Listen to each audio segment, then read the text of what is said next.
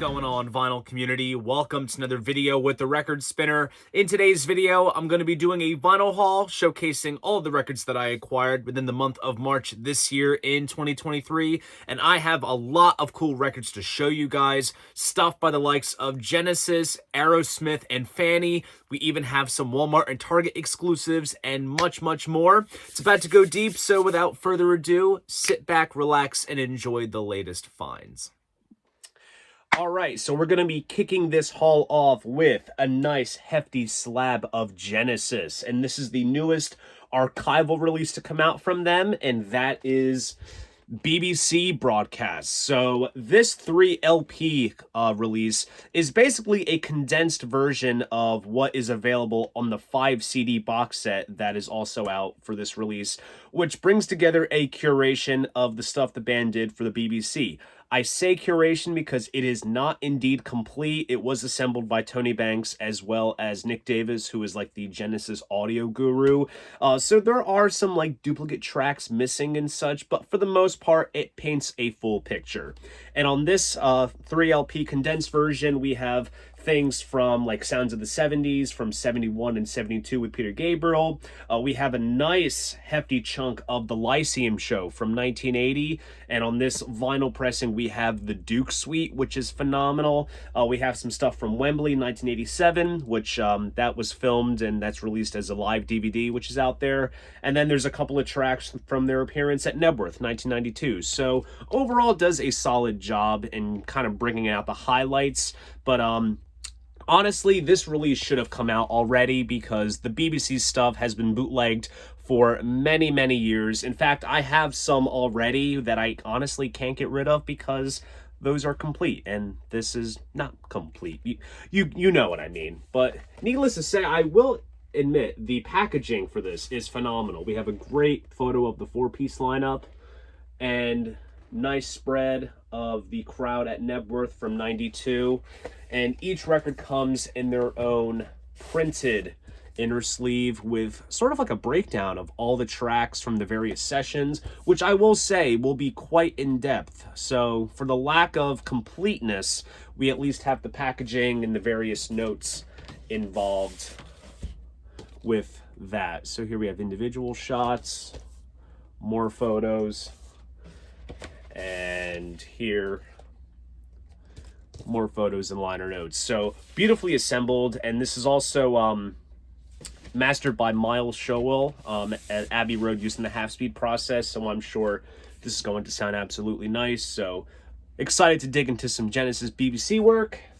And to kind of hone it back into sort of bootleggish territory, here is a rather infamous Genesis bootleg that has now kind of been leaped into the sort of gray area of legal bootlegs. This was put out by a company called Parachute. They put out a lot of BBC broadcasts, soundboard recordings, and radio broadcasts and such that circulate within the circles that do get licensed legally to be put out. Obviously without the band or label's consent. If you're a Genesis diehard, you probably know about this. This is In the Windy City, live in Chicago, 1978. This has been circulating for many years. I know my father has a CD copy of it from back in the day. And it is a full show from the And Then There Were Three tour. So obviously this is volume 1, and I also have volume 2. As you can see, there's just the color differences going on that distinguishes them. But for the sake of showcasing the set list, there's volume 1, and there is volume 2. And the gatefold for these are completely identical. Photo of the 3-piece lineup. Brief little write-up talking about the show with the track list. This is one that I have been wanting to get on vinyl for quite some time. I just never have come across them out in the wild. I knew that they existed, but when I saw that this was available, I absolutely had to jump on it, and I'm very glad to get myself a nice, essential live early piece of the 3-piece lineup of Genesis. Okay, so I found myself going on a little bit of a record shopping venture, which is typical of me usually. I decided to not go too crazy though, simply because somebody had to buy tickets for the last show of the final tour of their favorite band, which I am so stoked for.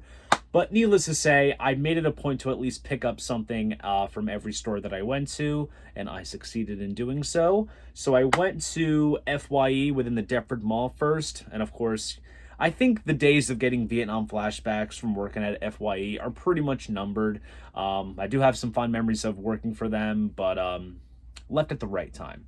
But needless to say, one of the interesting things that I noticed when it comes to their vinyl selection, and for the record, the one that I went to had a quite impressive record selection, is that when it comes to their inventory, their warehouse facilities are just sitting on product and just shipping it out to random stores, and they don't really know what they have. They're not taking stock of it in the sense that 9 times out of 10, you will most likely find something at an FYE that is either out of print or currently on back order that you won't find at much other mom and pop record stores. That's just kind of how it is. So when I saw this in their stands, I was immediately stoked. This is REM's Green. I have been wanting this album for a long time. This is one of my favorite REM records.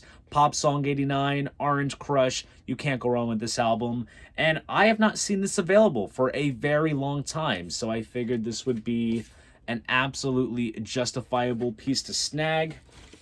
And for the sake of showcasing everything, nice printed inner sleeve, small photo of the band there as you can see. A little bit of lyrics on that side.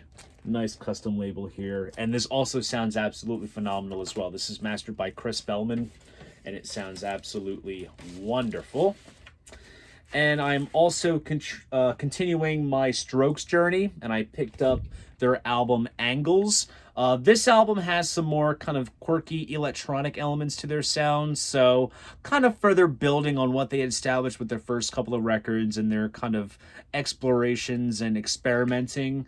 And I haven't seen this available for a long time. I think I remember this was available at the record store that I work at now, back when I first started, and then once it disappeared, we just never saw it again. So this is the next album in the sequence of Strokes albums that I need for my collection, since I have been listening to them a lot lately, and I love their sound. So when I saw this, this was an absolute no-brainer. So very happy to get my hands on this. Then I took a little trip over to Sky Valley Records, my favorite record store. I've done so many videos there. Chuck, the owner, is a great guy. He's always hooked me up with plenty of deals in the past, and even still to this day. And when I was browsing through the bins, and it's crazy, for as many times as I've been there, you know, I'm still finding stuff that I've seen other times that I've been there, or just new things that I'm just subjected to that he happens to have. I remember he had this particular record one of the last times that I was there, and I picked up this woman's first album, but when I saw that this was still there and it was the last copy, I immediately jumped on it. And that is Phoebe Bridgers' Punisher. The last time that I was there, I picked up Stranger in the Alps, which is an absolutely beautiful sounding record.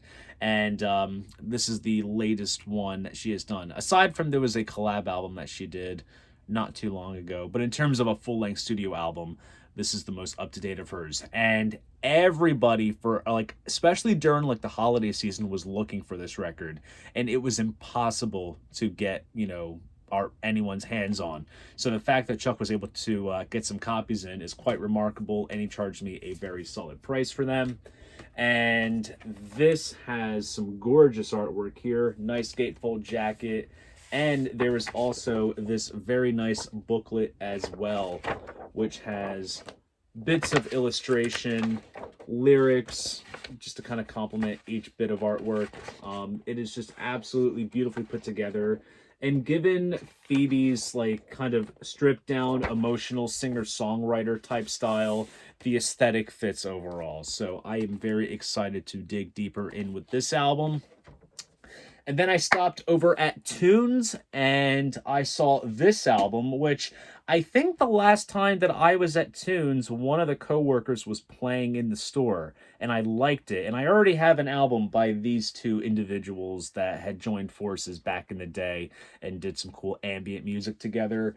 Of course, I am talking about Fripp and Eno. So this, of course, consists of Robert Fripp, who was in King Crimson, and Brian Eno, who was in Roxy Music, worked with Bowie and a whole bunch of other people. And this album is called Evening Star. This is the follow-up of the No Pussyfooting album, which is absolutely phenomenal. Just great, you know, ambient stuff, Fripp doing what he does best with the Frippertronics, and Eno providing some cool textures. I figured I would give this album a shot just based on what I had heard the last time I was there. And also, when you see those two names together, you can approach it with confidence and you know that it's going to be a solid sounding record. And pressed on nice heavyweight 200-gram vinyl. Nice label there. It's like a black version of the sort of Pink Island label, since that was more than likely what it was first made available on back in the day. But needless to say, very excited to dig deeper with this album as well. Okay, so here is a bit of a hefty stack that has accumulated over the past couple of weeks. Just various things that have caught my eye, some new discoveries, things that have been reissued or repressed, things like that. It's a little bit of everything.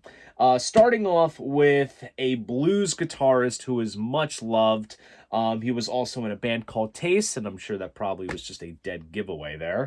I am talking about the best of Rory Gallagher. Now, I have personally never delved into Rory's work. I've always been intrigued with it.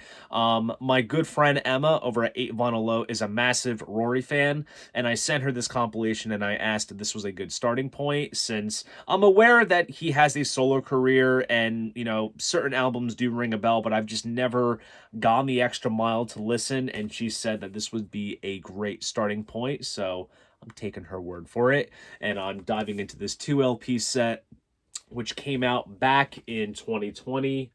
Nice heavyweight vinyl, and there's even a nice booklet as well in here, which is quite nice. Full of liner notes and photos and such, so something that you can kind of sift through as you listen. So definitely excited and intrigued to listen to this, and who knows, after listening to this, I'll kind of know where to sort of go in my Rory Gallagher journey. And then moving onward with an album that has been on my horizons, I would say, over the past couple of months. My good friend slash coworker Patrick actually has, I believe, an original or an early pressing of this album, and I was always curious if it would ever be reissued or if it would just, you know, get out there again. And sure enough, just randomly looking, there was a reissue done just recently out of the blue that I was not aware of, and I immediately jumped on it, and it is Two Boy Army, which was Gary Newman's group before he went solo. This is just a great piece of punky, heavy new wave, very guitar heavy too. Like, I was honestly quite shocked when I first heard this album, because obviously I have the Pleasure Principle solo album from Gary, and then I hear this and I'm just like, whoa, wait a second. It seems like the synths are a bit more drawn back and there's this more guitar emphasized front, which is quite cool to hear. But now this is one that I've been really itching to get my hands on copy wise. Nice printed inner sleeve here, and this pressing comes pressed on this sort of marbled blue vinyl, which looks absolutely awesome. And this was part of a reissue series, I believe, by Beggar's Archive, which is a sort of subsidiary, you know, label for Beggar's Banquet. They're putting out all those titles again. I know they just did the Love and Rockets reissue series of the side project of some of the guys from Bauhaus, so looks like they're getting all that stuff out. But needless to say, when I saw this was available, I immediately jumped on it. So good stuff. Next up, rounding off my Deep Purple Archives collection, these have actually been newly repressed in limited. They did a colored vinyl run of several of the titles, and I have a good amount of them already in my collection. But this is Long Beach 71 and Copenhagen 1972. So these are both from the Mark II era of Deep Purple.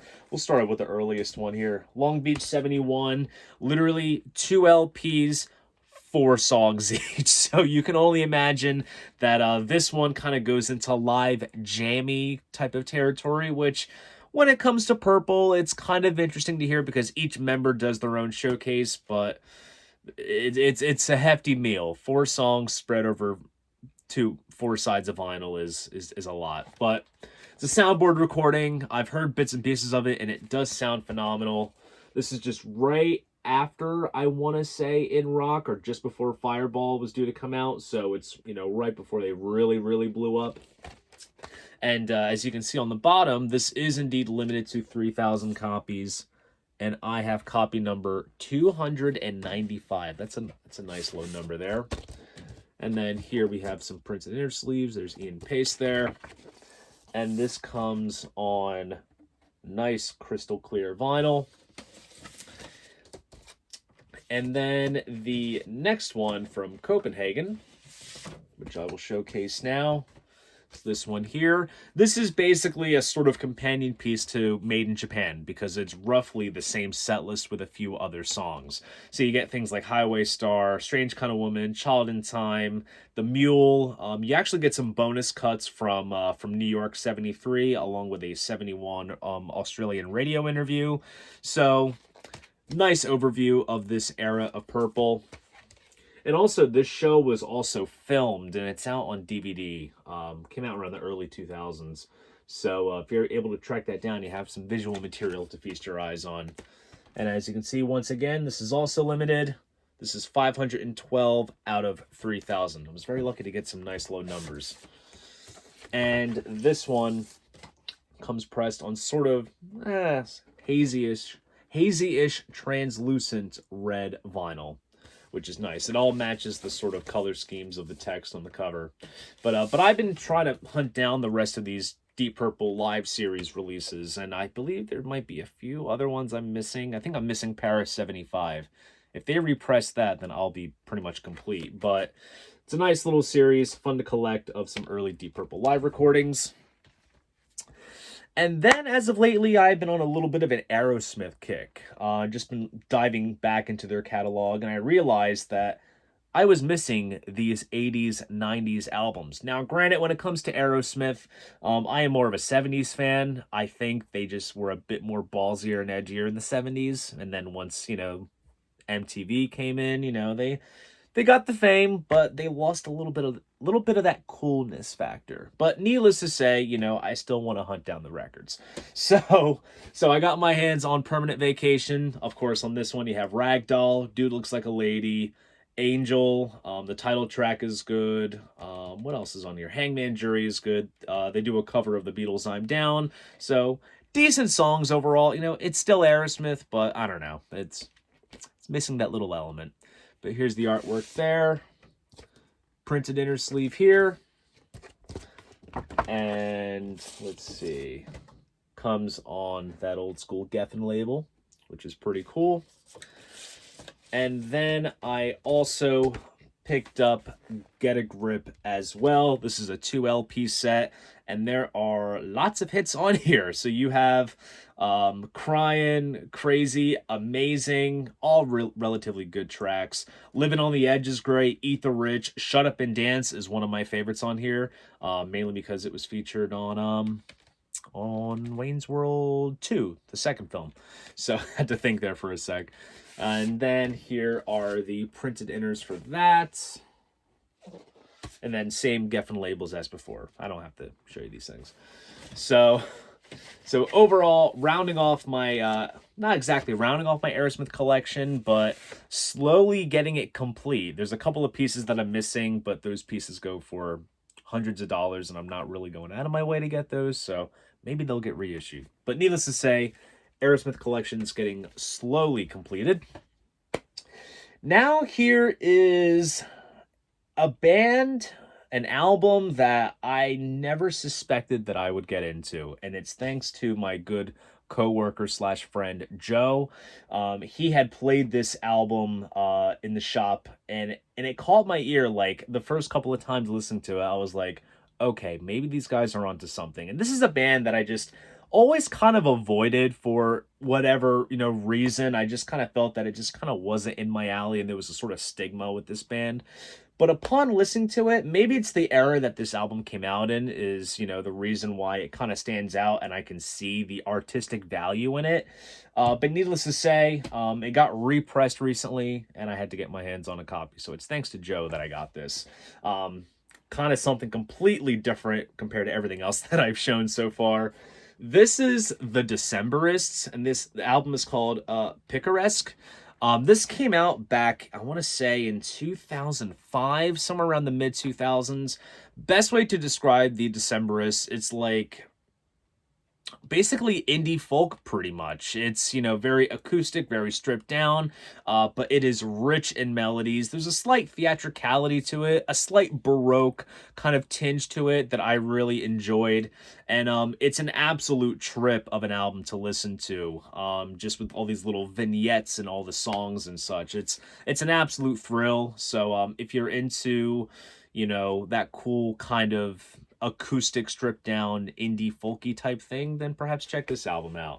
This is a nice package too. This is a thick tip-on style jacket, opens up, and there's almost like a little booklet attached onto one side of the gatefold that has all the lyrics and the various band members kind of posing as the characters from all the songs. So it's a bit of good fun that you can look at as you listen to the album.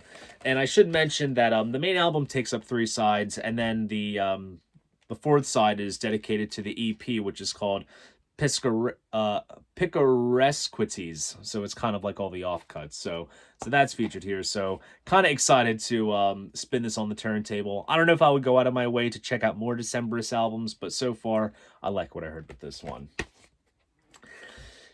Here is an album that I have been wanting to get reissued for the longest time. Some people, you know what?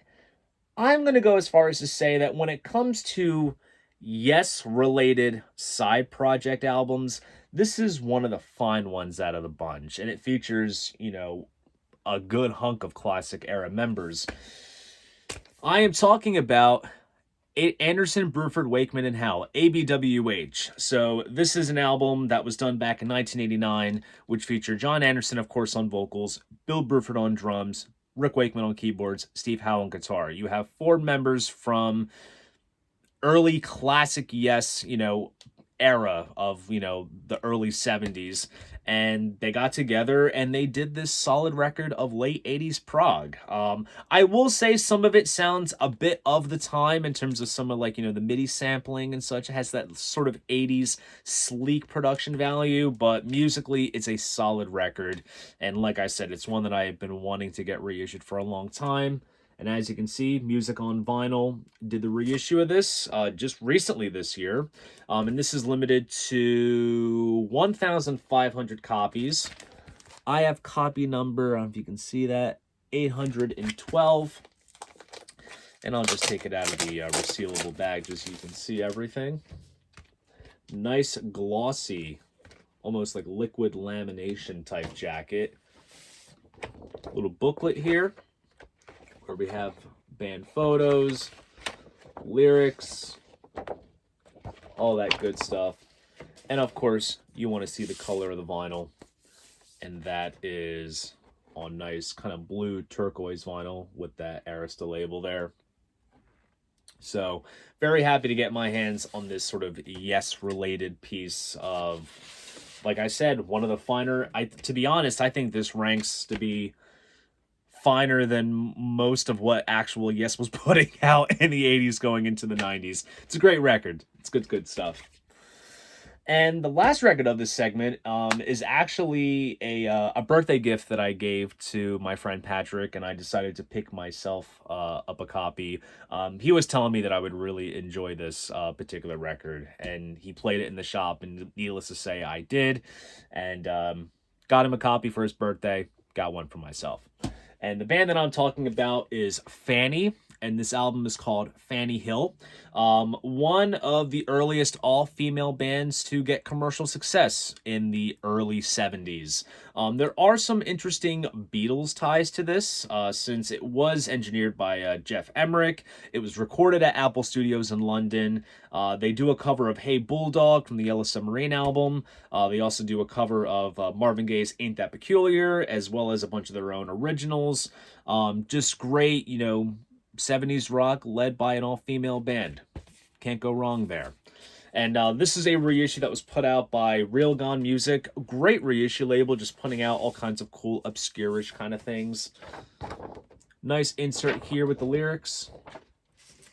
And the vinyl itself comes pressed on sort of hazy, translucent colored vinyl with that Reprise label. So, very nice piece, and cool to get my hands on a piece of all-female rock history.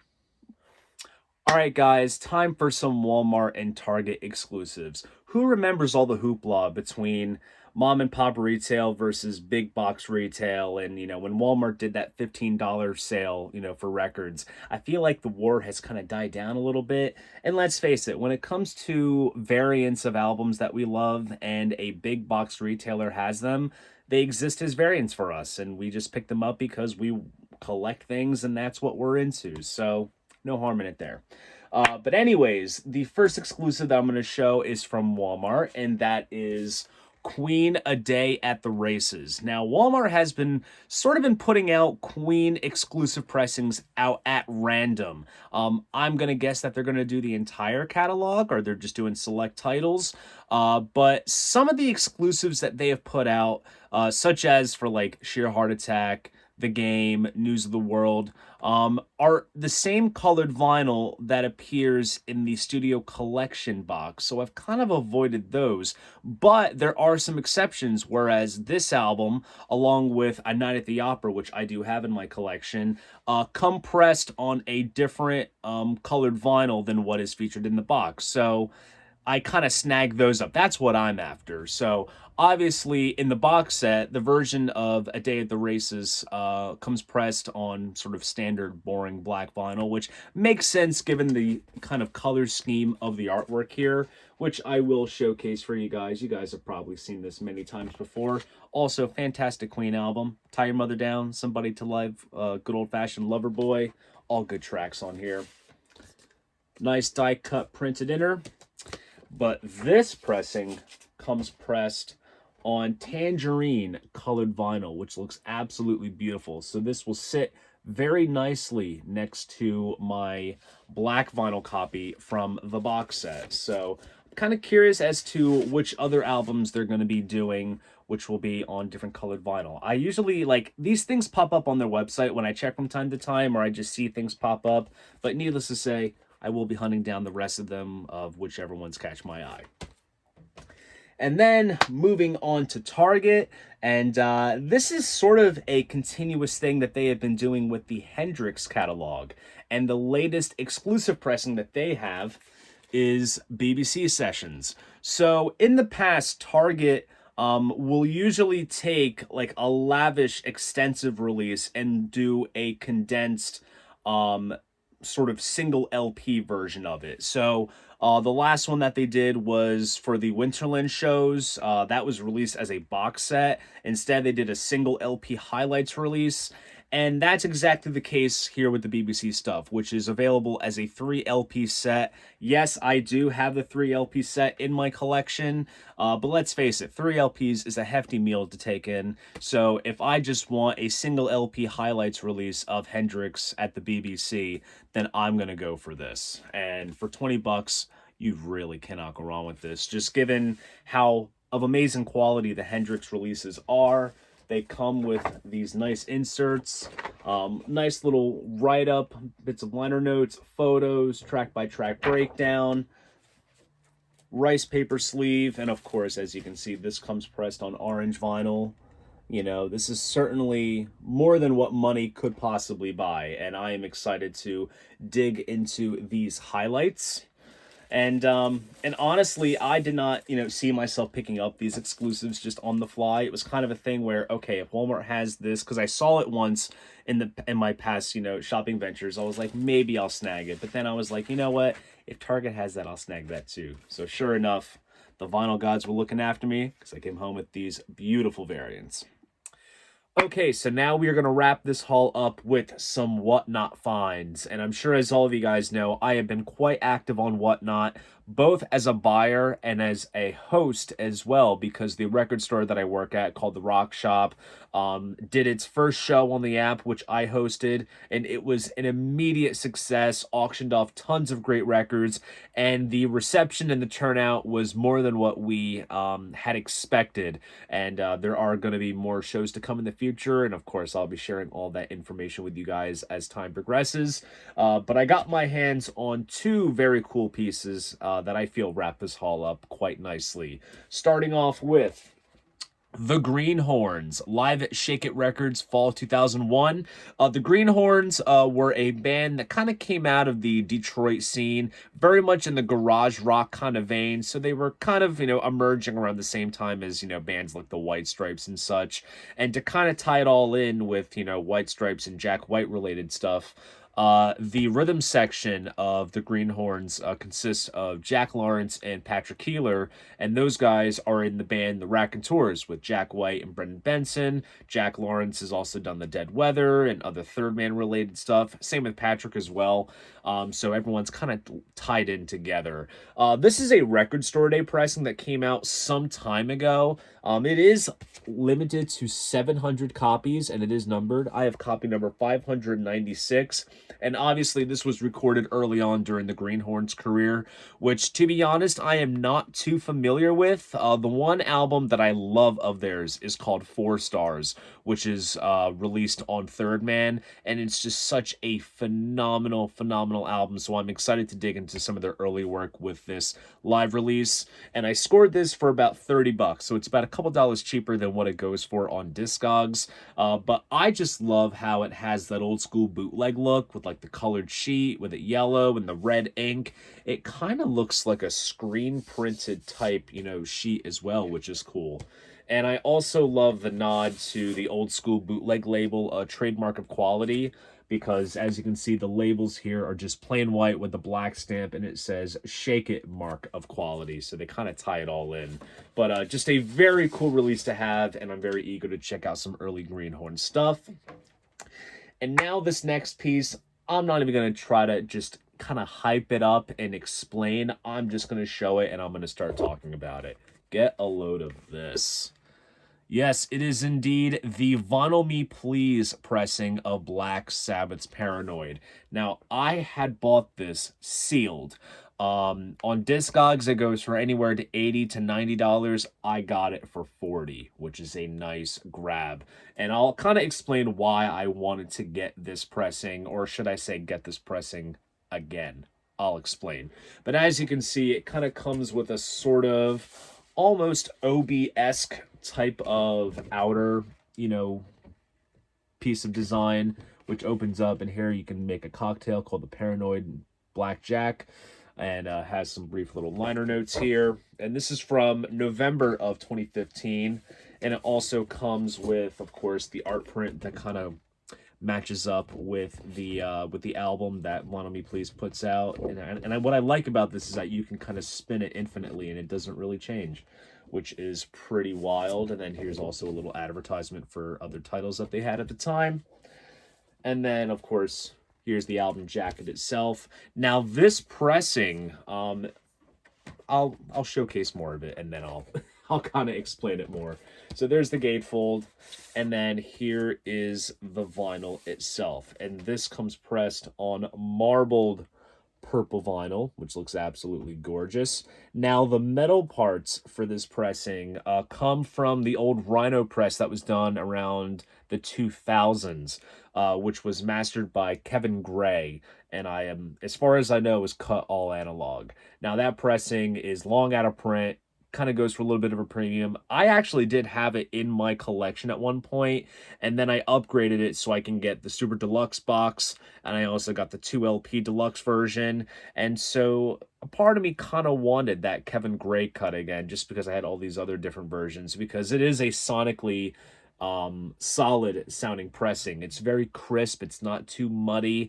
It packs in just that little bit of extra shimmer and shine, I feel, this pressing. So I'm very happy to get it again, and also for a rather good steal of a price, given that when I bought it, it was sealed. But for me, when it comes to sealed records, they're meant to be played and enjoyed, so I was very happy to crack the seal off this bad boy. And I gotta say, for early Sabbath, I find myself getting a lot of variants and a lot of multiples, but let's face it, when it comes to Sabbath, can't get enough of it. So there you guys go. That is my vinyl haul of all the records that I acquired within the month of March in this year in 2023. If you enjoyed this video, please go ahead, give it a like, and subscribe to the channel. See you guys in the next video, and most importantly, keep the records spinning.